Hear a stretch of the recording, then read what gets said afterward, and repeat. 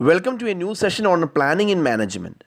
Today we will be discussing the steps in planning and the principles of planning. Planning is an intellectual process which an executive carries out before he does any job with the help of other people. It involves the following steps. The first step is determination of objectives. The first step is to identify certain objectives.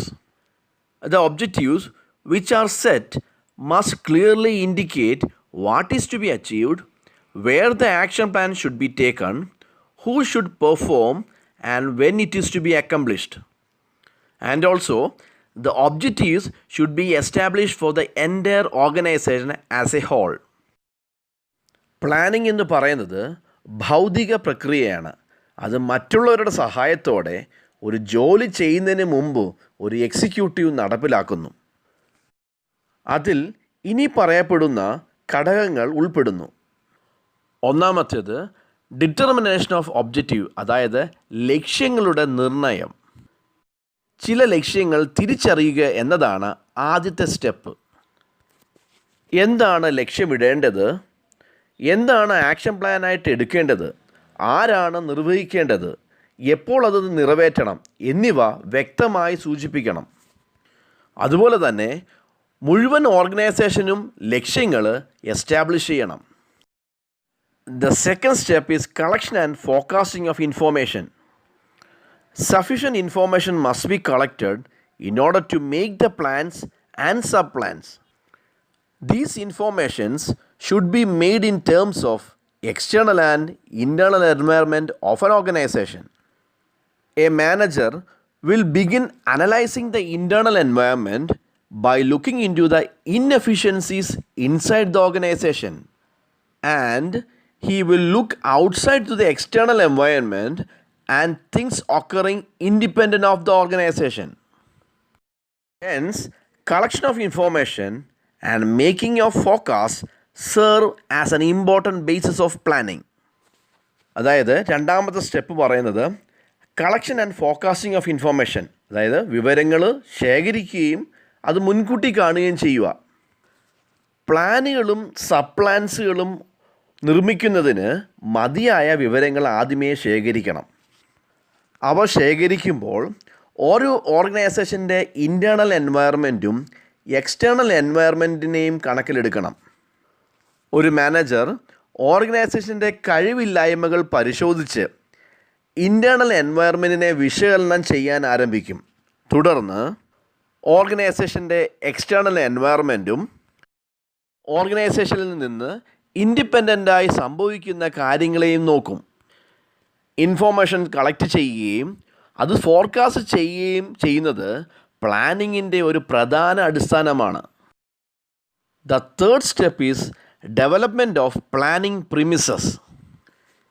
Planning premises are the assumptions and predictions about future. These assumptions are the basis of planning. Planning premises may be of internal, external, or intangible. Internal premises are factors that are internal to an organization, such as sales forecast, existing policies, investment policies, etc. The external premises are derived from the external environment of the business.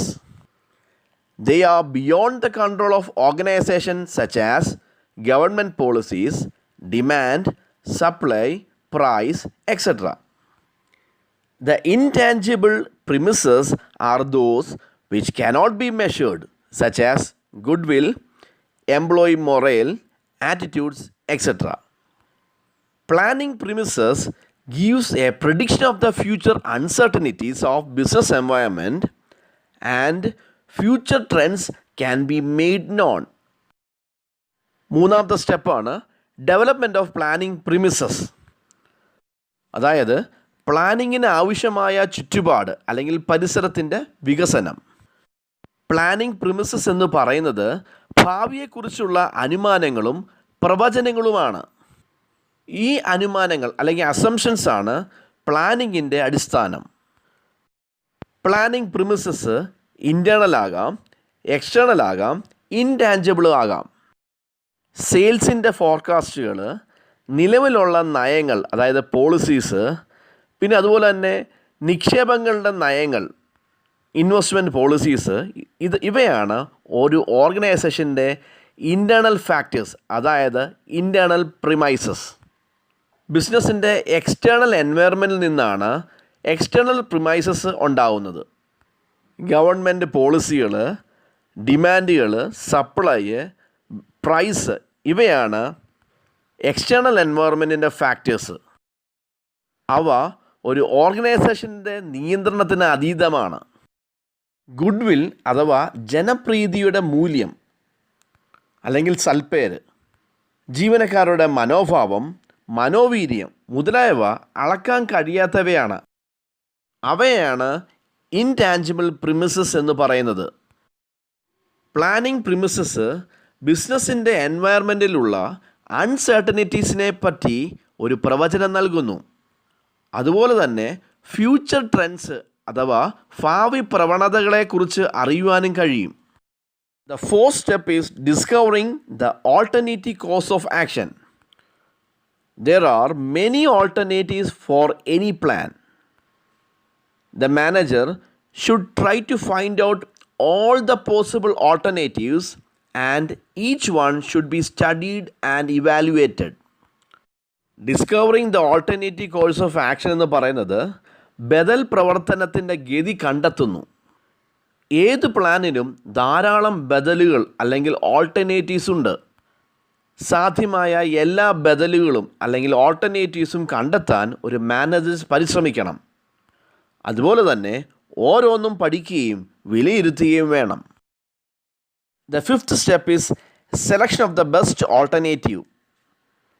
After careful consideration of all the alternatives, the best alternative should be selected for the implementation. അതായത് മികച്ച ഓൾട്ടർനേറ്റീവ്സിനെ തിരഞ്ഞെടുക്കുക. എല്ലാ alternatives അല്ലെങ്കിൽ ബദലുകളെ ശ്രദ്ധാപൂർവം പരിഗണിച്ചതിന് ശേഷം നടപ്പാക്കുന്നതിന് മികച്ച ബദൽ തിരഞ്ഞെടുക്കണം. The sixth step is formulation of the derivative plans. Derivative plans are required to support the basic or overall plans.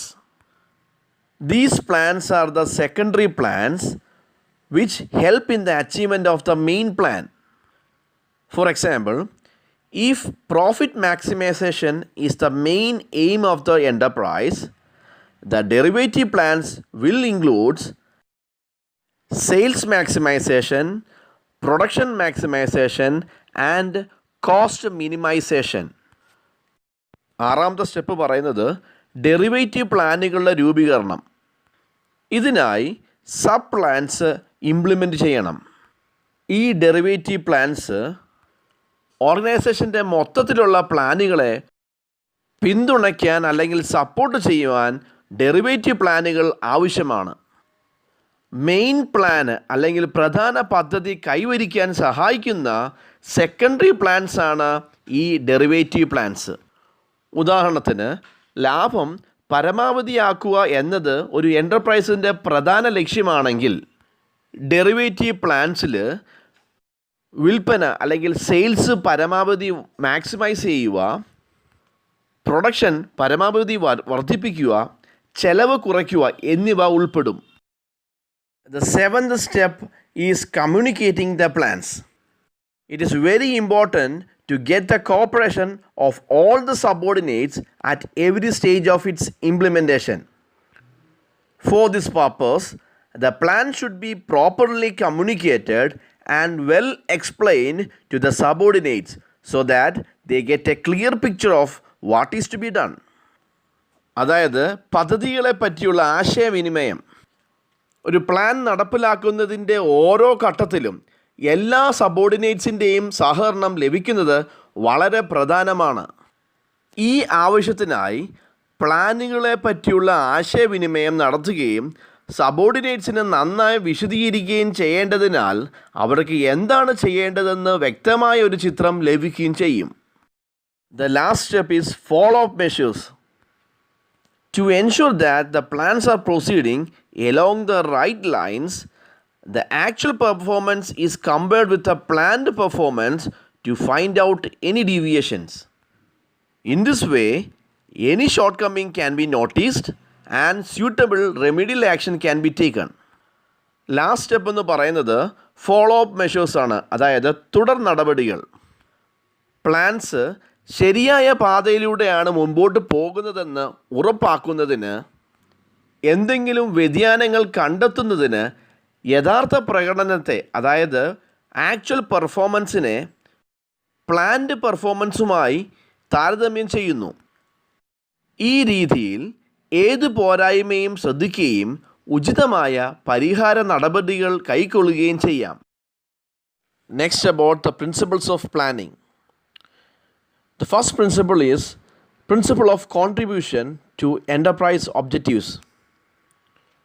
A major plan is prepared and it is supported by many derivative plans.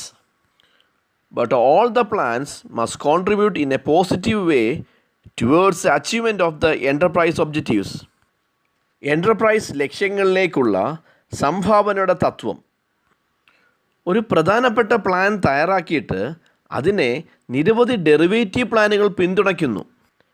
എൻ്റർപ്രൈസിൻ്റെ ലക്ഷ്യങ്ങൾ കൈവരിക്കുന്നതിന് എല്ലാ പദ്ധതികളും ക്രിയാത്മകമായി അല്ലെങ്കിൽ ഒരു positive രീതിയിൽ സംഭാവന ചെയ്യണം.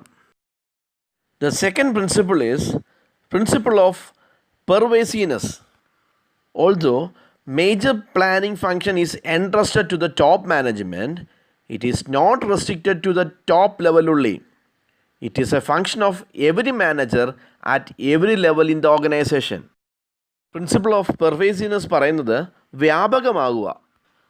പ്ലാനിങ്ങിൻ്റെ ഫംഗ്ഷൻ ടോപ്പ് മാനേജ്മെൻറ്റിനെ ഏൽപ്പിച്ചിട്ടുണ്ടെങ്കിലും അത് ഉയർന്ന തലത്തിൽ മാത്രം പരിമിതപ്പെടുത്തേണ്ടതല്ല.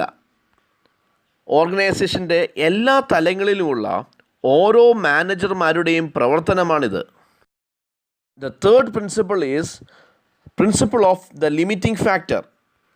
A plan involves varied factors of different importance such as men, machines, money, materials and management.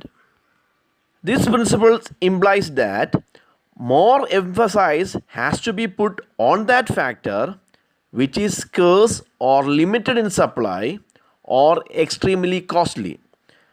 This will help in selecting the most favorable alternative. അതായത് പരിമിതപ്പെടുത്തുന്ന ഘടകത്തിൻ്റെ തത്വം. ഒരു പദ്ധതിയിൽ വ്യത്യസ്ത പ്രാധാന്യമുള്ള ഘടകങ്ങൾ ഉൾപ്പെടുന്നു. അതായത് മെൻ, മെഷീൻസ്, മണി, മെറ്റീരിയൽസ്, മാനേജ്മെൻറ്റ് എന്നിവ.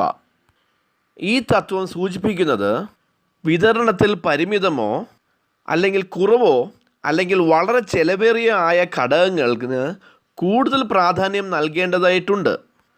അത് ഏറ്റവും അനുകൂലമായ ഓൾട്ടർനേറ്റീവിനെ തിരഞ്ഞെടുക്കാൻ സഹായിക്കും. The next is the principle of flexibility. Though a plan is prepared after reflective thinking, this does not mean that no departure can be made in the course of its operation. The plan should be so prepared that there is sufficient scope of changing it from time to time. Changes must necessarily be effected in the plan for taking into account new developments that may take place in the course of the operation of the plan. Principle of flexibility പറയുന്നത് പ്രതിഫലനപരമായ ഒരു ചിന്തയ്ക്ക് ശേഷമാണ് ഒരു plan തയ്യാറാക്കുന്നതെങ്കിലും അതിൻ്റെ പ്രവർത്തനത്തിനിടയിൽ മാറ്റങ്ങളൊന്നും വരുത്താൻ കഴിയില്ലെന്ന് എന്നതിന് അർത്ഥമില്ല. കാലാകാലങ്ങളിൽ ഇത് മാറുന്നതിന് മതിയായ സാധ്യതയുണ്ട് എന്ന തരത്തിൽ ഓരോ പ്ലാനും തയ്യാറാക്കണം. പ്ലാനിൻ്റെ പ്രവർത്തനത്തിൻ്റെ ഇടയിൽ സംഭവിക്കാനിടയുള്ള പുതിയ സംഭവ വികാസങ്ങൾ കണക്കിലെടുക്കുന്നതിനുള്ള രീതിയിൽ പ്ലാനുകളിൽ മാറ്റങ്ങൾ നിർബന്ധമായി നടപ്പാക്കണം. The fifth principle is principle of commitment. This means that certain resources must be committed or pledged for the purpose of planning. Planning is not an easy task, so necessary help is to be taken from the expert. The enterprise must be ready to exhaust the available resources for the achievement of a plan. Principle of commitment എന്ന് പറയുന്നത് പ്രതിബദ്ധത. ഇതിനർത്ഥം പ്ലാനിങ്ങിനായി ചില resources പ്രതിജ്ഞാബദ്ധമോ അല്ലെങ്കിൽ കമ്മിറ്റഡോ ആയിരിക്കണം. Plan ചെയ്യുക എന്നുള്ളത് എളുപ്പമുള്ള കാര്യമല്ല. അതിനാൽ ആവശ്യമായ സഹായം വിദഗ്ധരിൽ നിന്ന് എടുക്കണം. ഒരു പദ്ധതിയുടെ നേട്ടത്തിനായി ലഭ്യമായ റിസോഴ്സസ് ഉപയോഗിക്കുവാൻ enterprise തയ്യാറായിരിക്കണം. The principle of efficiency. A plan should be made efficient to attain the objectives of the enterprise at the minimum cost and the least effort. It must also achieve better results with the minimum of unexpected happening. അതായത് കാര്യക്ഷമതയുടെ തത്വം. അതായത് എൻ്റർപ്രൈസിൻ്റെ ലക്ഷ്യങ്ങൾ ഏറ്റവും കുറഞ്ഞ ചെലവിലും കുറഞ്ഞ പരിശ്രമത്തിലും കൈവരിക്കുന്നതിനുള്ള ഒരു പദ്ധതി കാര്യക്ഷമമാക്കണം. ഏറ്റവും കുറഞ്ഞ അപ്രതീക്ഷിത സംഭവങ്ങൾക്കൊപ്പം അത് മികച്ച ഫലങ്ങൾ നേടുകയും വേണം. കാരണം ഒരു ബിസിനസ്സിൻ്റെ ഭാവി എന്ന് പറയുന്നത് അൺസർട്ടനിറ്റി കൂടുതലാണ്. The seventh principle is principle of selection of alternative. Planning is basically A problem of choosing. The essence of planning is the choice among the alternative course of action. There is no need for planning if there is only one way for doing something. In choosing from the alternatives, the best alternative will be that which contributes most efficiently and effectively to the accomplishment of the desired goal. Principle of alternative selection എന്ന് പറയുന്നത് planning അടിസ്ഥാനപരമായി തിരഞ്ഞെടുക്കുന്നതിനുള്ള ഒരു പ്രശ്നമാണ്. പ്ലാനിങ്ങിൻ്റെ സാരാംശം എന്ന് പറയുന്നത് alternative course of ആക്ഷനിൽ നിന്ന് തിരഞ്ഞെടുക്കുക എന്നതാണ്. എന്തെങ്കിലും ചെയ്യുന്നതിന് ഒരു മാർഗമേ ഉള്ളൂ എങ്കിൽ പ്ലാനിങ്ങിൻ്റെ ആവശ്യമില്ല. ഓൾട്ടർനേറ്റീവ്സിൽ നിന്ന് തിരഞ്ഞെടുക്കുമ്പോൾ ആഗ്രഹിക്കുന്ന ലക്ഷ്യം കൈവരിക്കുന്നതിന് ഏറ്റവും കാര്യക്ഷമമായും ഫലപ്രദമായും സംഭാവന ചെയ്യുന്നതാണ് എന്നത് ഏറ്റവും നല്ല alternatives. The eighth principle is principle of planning premises. Planning premises are the assumptions and predictions about the future. These assumptions are the basis of planning. There must be a complete agreement among the managers in respect of planning premises over which the structure of plan is to be framed. Principle of planning premises പറയുന്നത് ഭാവിയെക്കുറിച്ചുള്ള അനുമാനങ്ങളും പ്രവചനങ്ങളുമാണ് planning premises എന്ന് പറയുന്നത്. ഈ assumption അല്ലെങ്കിൽ അനുമാനങ്ങളാണ് പ്ലാനിങ്ങിൻ്റെ അടിസ്ഥാനം. അതുപോലെ തന്നെ planning പ്രിമിസസിനെ പറ്റി മാനേജർമാർക്കിടയിൽ ഒരു അഭിപ്രായ വ്യത്യാസവും ഉണ്ടായിരിക്കാൻ പാടുള്ളതല്ല. അങ്ങനെയാണ് പദ്ധതി അല്ലെങ്കിൽ പ്ലാനിൻ്റെ സ്ട്രക്ചർ രൂപപ്പെടുത്തേണ്ടത്. Ninth principle is principle of securing participation. To secure participation of the employees with the wholehearted cooperation in the execution of the plan, it is necessary that the plan must be communicated and well explained to them for their full understanding. This is needed for improvement in the quality of the planning. അതായത് participation സുരക്ഷിതമാക്കുന്നതിനുള്ള തത്വം. പദ്ധതി നടപ്പാക്കുന്നതിൽ ജീവനക്കാരുടെ പൂർണ്ണമായ സഹകരണത്തോടുള്ള പങ്കാളിത്തം ഉറപ്പാക്കുന്നതിന് പ്ലാനിനെപ്പറ്റി ആശയവിനിമയം നടത്തുകയും അവരുടെ പൂർണ്ണമായ ധാരണയ്ക്കായി അവർക്ക് വിശദീകരിക്കുകയും ചെയ്യേണ്ടത് ആവശ്യമാണ്. ഇത് പ്ലാനിങ്ങിൻ്റെ ഗുണനിലവാരം മെച്ചപ്പെടുത്തുന്നതിന് ആവശ്യമാണ്. 10th principle is the principle of follow-up. In the course of execution of a plan, certain obstacles may crop up in the midway and planning may require revision, alteration or correction. This is why there must be a follow-up system in the planning process itself. This allows timely changes in the planning and makes it more effective. Follow-up-ൻ്റെ തത്വം. ഒരു plan നടപ്പാക്കുന്നതിനിടയിൽ ചില തടസ്സങ്ങൾ പാതി വഴിയിൽ വളരുകയും പ്ലാനിങ്ങിന് revisions, മാറ്റം വരുത്തൽ അല്ലെങ്കിൽ തിരുത്തൽ എന്നിവ ആവശ്യമായെന്ന് വരാം.